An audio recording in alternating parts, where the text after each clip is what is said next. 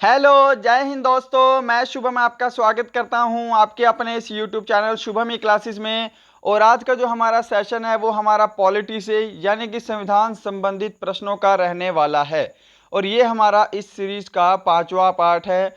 यदि आपने इससे पहले 4 नहीं देखे तो उनको जाकर ज़रूर देख लेना। और देखिएगा, यहाँ पर आपको मैं बहुत एक्सपेक्टेड और इम्पोर्टेंट क्वेश्चन करवाने वाला हूँ, तो अब ना इसे टेस्ट भी लगाकर चलेंगे। चलिए अपना वीडियो स्टार्ट करते हैं। और उससे पहले आप सभी को पता है रोज सुबह 10 बजे हमारी क्लास होती है, तो ये आपको क्लास जरूर अटेंड करनी है। तो रोज की तरह हमारे जो प्रश्नों की संख्या है वो टोटल 20 रहने वाली है। और इस 20 प्रश्न में से मैं आज आपको टारगेट दे रहा हूँ 17 प्रश्न ठीक करने का। तो देखना कि आप 17 प्रश्न ठीक कर पाते हो या नहीं। यदि आपके 17 प्रश्न ठीक हो रहे हैं तो इसका मतलब आपकी तैयारी बहुत ही अच्छे लेवल पे है। यदि आपके इससे कम ठीक हो रहे हैं तो आपको थोड़ी सी और मेहनत करने की ज़रूरत है, राइट। और वीडियो शुरू करने से पहले आप सभी को बता दूं, कल हमारी जियोग्राफी की क्लास थी। यदि आपने वो नहीं देखा था उसको जाकर ज़रूर देख लेना। और कल मैंने आपको ये होमवर्क का क्वेश्चन दिया था लास्ट में कि माजुली संसार का सबसे बड़ा नदी द्वीप किस राज्य में स्थित है। तो लगभग 99% स्टूडेंट्स का आंसर बिल्कुल करेक्ट आया है। तो आंसर मैच कर देना भाई। ऑप्शन ए जिन्होंने दिया था असम, उन सभी का आंसर बिल्कुल सही है। माजुली द्वीप जो है यह असम राज्य में स्थित है। बढ़ते अपनी क्लास पे आज, राइट। तो पहला प्रश्न है आपके सामने स्क्रीन पर, फटाफट से आंसर दीजिएगा। निम्नलिखित में से कौन राज्यपाल को उसके कार्यकाल से हटा सकता है, कार्यालय से हटा सकता है। तो राज्य का जो राज्यपाल होता है उसको उसके कार्यालय से कौन हटा सकता है। ऑप्शन आपके सामने हैं, राज्य, विधानसभा, संसद, राष्ट्रपति या फिर इनमें से कोई नहीं। तो जिन्होंने भी इसका आंसर ऑप्शन सी दिया है राष्ट्रपति, उन सभी ने भाई बिल्कुल सही आंसर दिया है। आंसर मैच करते चले जाना है आपको। और क्वेश्चन नंबर सेकंड है आपके सामने स्क्रीन पर, ये भारत के संविधान के किस अनुच्छेद में अस्पृश्यता समाप्त करने का प्रावधान है।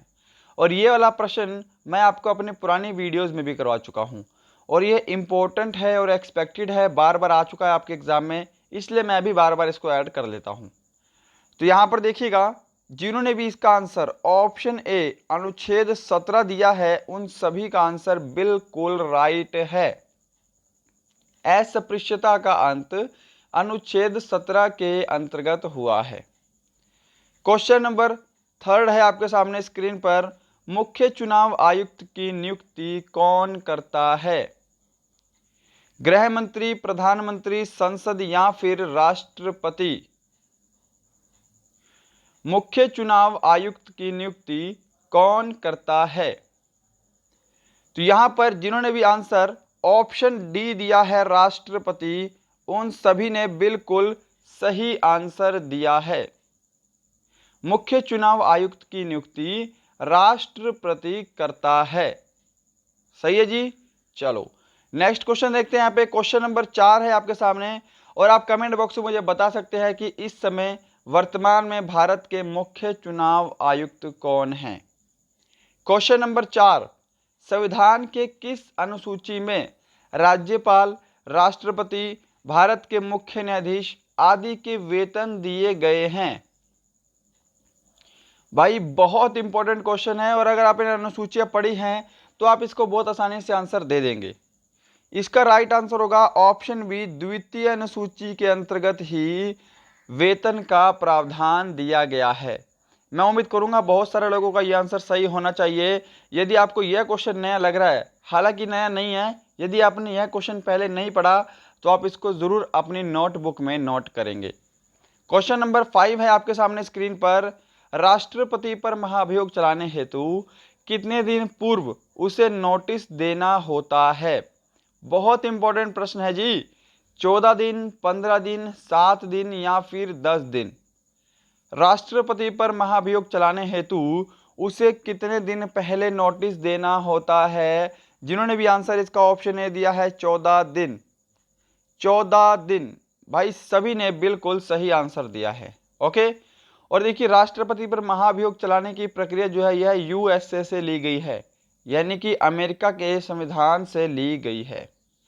क्वेश्चन नंबर आपके सामने है, फटाफट से देखिएगा 6 नंबर।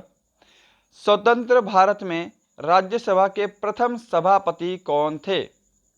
ऑप्शन सारे आपके सामने स्क्रीन पर हैं, फटाफट से आंसर दीजिएगा जिस जिसको आंसर पता है और अपना आंसर मैच कीजिए। तो देखिएगा, स्वतंत्र भारत में राज्यसभा के प्रथम सभापति कौन थे? राधा कृष्ण थे। ऑप्शन बी यहाँ पे बिल्कुल करेक्ट आंसर होगा। देखिए, आप सभी को पता है राज्यसभा के सभापति कौन होते हैं? जो भारत का उपराष्ट्रपति होता है। और भारत के पहले उपराष्ट्रपति कौन थे? राधा कृष्ण सर्वपल्ली थे। तो ऑप्शन बी इसका बिल्कुल करेक्ट आंसर होगा। क्वेश्चन नंबर 7 है आपके सामने स्क्रीन पर। किस सामाजिक बुराई को दूर करने के लिए शारदा एक्ट बनाया गया था? शारदा एक्ट, उम्मीद करूंगा यह भी सभी ने पढ़ा होगा। शारदा एक्ट किस लिए बनाया गया था? किस बुराई को दूर करने के लिए? तो जिन्होंने भी इसका भी आंसर ऑप्शन सी दिया है, बाल विवाह। ऑप्शन सी मैच कर लेना भाई, ऑप्शन सी शारदा एक्ट विवाह, बाल विवाह से संबंधित है। ठीक है, उसको हटाने के लिए यह एक्ट बनाया गया था। क्वेश्चन नंबर 8 आपके सामने है, फटाफट से आंसर देना है। भारतीय संविधान की प्रस्तावना में समाजवादी, धर्मनिरपेक्ष तथा अखंडता शब्दों को किस संशोधन द्वारा जोड़ा गया है? बहुत आसान प्रश्न है और इस प्रश्न को आपके एग्जाम में कम से कम 15 से 20 बार पूछा जा चुका होगा। अलग अलग जोन में, अलग अलग एआरओ में कहीं ना कहीं ये क्वेश्चन रिपीट होता ही रहता है हर साल। करेक्ट आंसर होगा इसका ऑप्शन ए, 42वें संविधान संशोधन द्वारा समाजवादी, धर्मनिरपेक्ष तथा अखंडता शब्दों को संशोधन द्वारा जोड़ा गया है। 42वें संविधान संशोधन द्वारा। क्वेश्चन नंबर 9, भारतीय संविधान के अंग नीति निर्देशक सिद्धांतों का स्रोत क्या है? यानी कि ये जो नीति निर्देशक सिद्धांत हैं ये कहाँ से लिए गए हैं? ऑप्शन आपके सामने हैं, यदि आपको समय चाहिए तो वीडियो को रोक लेना। अमेरिका का संविधान, ऑस्ट्रेलिया, कनाडा या फिर आयरलैंड का संविधान?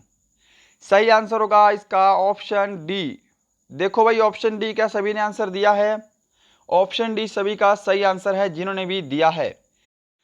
क्वेश्चन नंबर 10 देखिएगा, आपको देखने में बहुत लंबा लग रहा होगा कि वह कौन सा अनुच्छेद है जिसके प्रावधानों के अंतर्गत अपवाद स्वरूप भारत सरकार द्वारा भारत रत्न, पद्म विभूषण आदि अलंकरण प्रदान किए जाते हैं। ठीक है, और ये प्रश्न आपके क्लर्क में आया था, हालांकि इतना लंबा नहीं आया था। क्लर्क में बस ये पूछा गया था कि किसके तहत भारत रत्न, पद्म विभूषण और परमवीर चक्र आदि पुरस्कार प्रदान किए जाते हैं।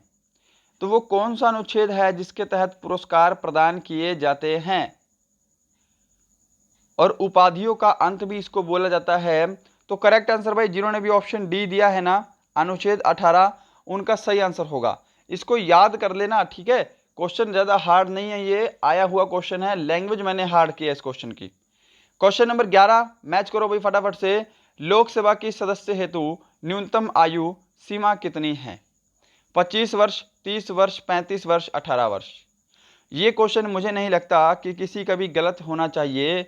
लोकसभा के सदस्य हेतु न्यूनतम आयु होती है 25 वर्ष। ऑप्शन ए करेक्ट होगा। 30 वर्ष होती है भाई किसके लिए? राज्यसभा के लिए, राइट। और 35 वर्ष होती है किसके लिए? राष्ट्रपति, साथ में आपका राज्यपाल। इनकी जो न्यूनतम आयु सीमा होती है वो होती है 35 वर्ष। क्वेश्चन नंबर 12 करिएगा फटाफट से मैच। भारत की संविधान सभा का संवैधानिक सलाहकार कौन था? बहुत बार रिपीटेड क्वेश्चन है भाई। Doctor Rajendra Prasad, B R Ambedkar, sir B N Rao या फिर श्री के एम मुंशी? हाँ जी, भारत की संविधान सभा का संवैधानिक सलाहकार कौन था? B N Rao. क्या ऑप्शन सी सभी ने सही आंसर दिया है? चलिएगा क्वेश्चन नंबर 13 पर चलते हैं। क्वेश्चन नंबर 13 है, इनमें से कौन केंद्र सरकार का पहला विधि अधिकारी होता है? केंद्र सरकार का पहला विधि अधिकारी अनुच्छेद 76 के तहत भारत सरकार का जो पहला विधि अधिकारी होगा वो होगा महान्यायवादी। क्या ऑप्शन बी सभी ने सही आंसर दिया है? आप चाहे तो मुझे कमेंट बॉक्स में यह भी बता सकते हैं कि वर्तमान में भारत के महान्यायवादी कौन हैं। ठीक है, चलिएगा क्वेश्चन नंबर 14 पे, नियंत्रक एवं महालेखा परीक्षक का कार्यकाल कितना होता है? 6 वर्ष, 5 वर्ष, 3 वर्ष, तय नहीं है। जल्दी भाई जल्दी से आंसर दे दो। नियंत्रक एवं महालेखा परीक्षक का कार्यकाल कितना होता है? तो क्या 6 वर्ष? सभी ने सही आंसर दिया है। ऑप्शन ए, क्या सभी ने सही आंसर दिया है जी? चलिएगा क्वेश्चन नंबर बढ़ते हैं। देखो 6 वर्ष भी होता है और 65 वर्ष भी होता है। ठीक है, इन दोनों में से जो भी पूरा हो जाए उसके तहत उनको हटा दिया जाता है। ठीक है भाई, 6 वर्ष या फिर 65 वर्ष। कुछ होते हैं ना, कभी कभी 62 साल में मान लो किसी नियंत्रक और महालेखा परीक्षक ने ज्वाइन किया, तो वो 6 वर्ष तक थोड़ी रहेगा, फिर वो 65 वर्ष तक ही गिना जाएगा, यानी कि अगले 3 साल तक ही रहेगा, है ना। तो ये ऐसे भी होता है, ध्यान रखना। क्वेश्चन नंबर 15, भारत में त्रिस्तरीय पंचायती राज प्रणाली का प्रस्ताव किसने किया था? और ये भी प्रश्न रिपीटेड है आपके आर्मी के एग्जाम का ही, तो मुझे आशा है कि आपका आंसर आएगा बिल्कुल सही। भारत में त्रिस्तरीय पंचायती राज प्रणाली का प्रस्ताव किसने किया था? तो बलवंत राय समिति, बलवंत राय मेहता समिति। ऑप्शन ए, मैच कर लेना भाई।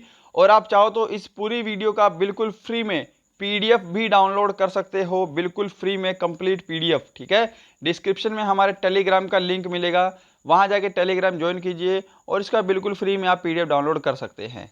ओके, और आप चाहे तो मुझे इंस्टाग्राम पर भी फॉलो कर सकते हैं, उसका भी लिंक आपको डिस्क्रिप्शन में मिल जाएगा। और यही एक क्लास नहीं, जितनी भी क्लास होती हैं सभी का और आने वाली क्लास का सभी का आपको पीडीएफ वहाँ पे मिलेगा। क्वेश्चन नंबर 16 देख लो भाई, संसद में कितने दिन तक लगातार अनुपस्थित रहने पर सदस्य की सदस्यता खत्म हो जाती है? 90 दिन, 60 दिन, 45 दिन या फिर 30 दिन?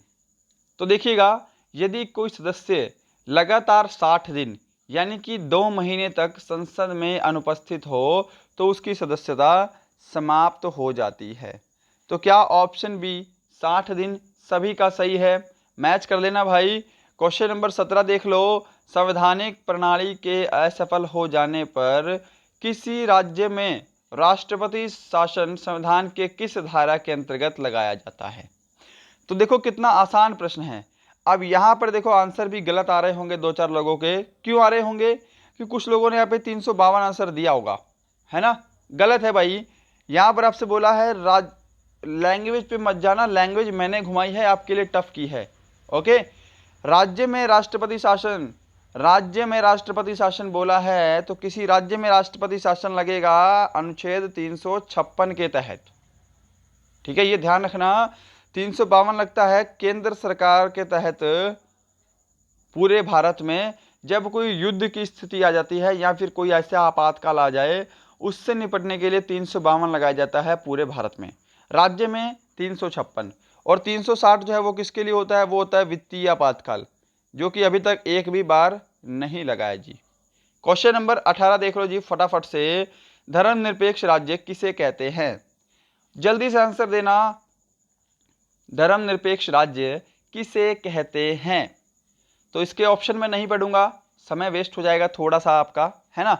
आंसर मैं फटाफट से इसका बता देता हूं आपको।